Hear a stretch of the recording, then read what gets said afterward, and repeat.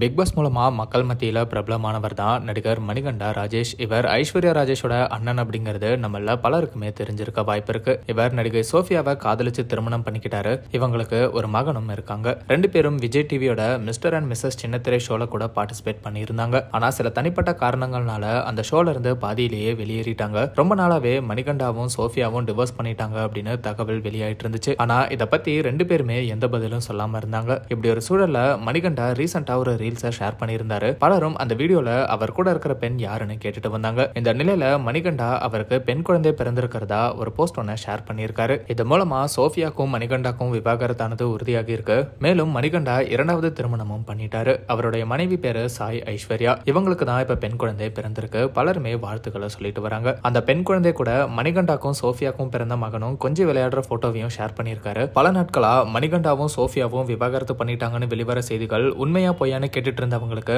மணிகண்டாவே அவருக்கு விவாகரத்தானதை மறைமுகமா தெரியப்படுத்தி இருக்காரு. இந்த ஒரு சூழ்நிலையில சோஃபியா மணிகண்டாவோட போஸ்டுக்கு மறைமுகமா ரியாக்ட் பண்ற விதமா, நான் அடுத்த அழகான அத்தியாயத்துக்கு தயாரா இருக்கேன், இப்போதைக்கு நல்ல விஷயங்கள்ல மட்டும் கவனம் செலுத்துவோம் அப்படின்னு அவங்களோட ஒரு போட்டோவை ஷேர் பண்ணி கேப்ஷன்ல சொல்லியிருக்காங்க. விவாகரத்து ஆனாலுமே ரெண்டு பேருமே அவங்க தனிப்பட்ட வாழ்க்கையில அடுத்த கட்டத்துக்கு போயிட்டு இருக்காங்க. இவங்க விவாகரத்தை பத்தி இவங்க ரெண்டு பேருமே எங்கேயுமே பேசல. அதனால இது ஒரு மியூச்சுவலா எடுக்கப்பட்ட முடிவுன்னு தெரிய வருது. சோஃபியாவும் இப்ப சீரியல்ஸ்ல பிஸியா இருக்காங்க. மணிகண்டாவும் சமீபத்துல புதுசா ஜிம் ஒன்னு ஓபன் பண்ணியிருக்காரு. மேலும் படங்களும் நடிச்சிட்டு வராரு அப்படிங்கறதும் குறிப்பிடத்தக்கது.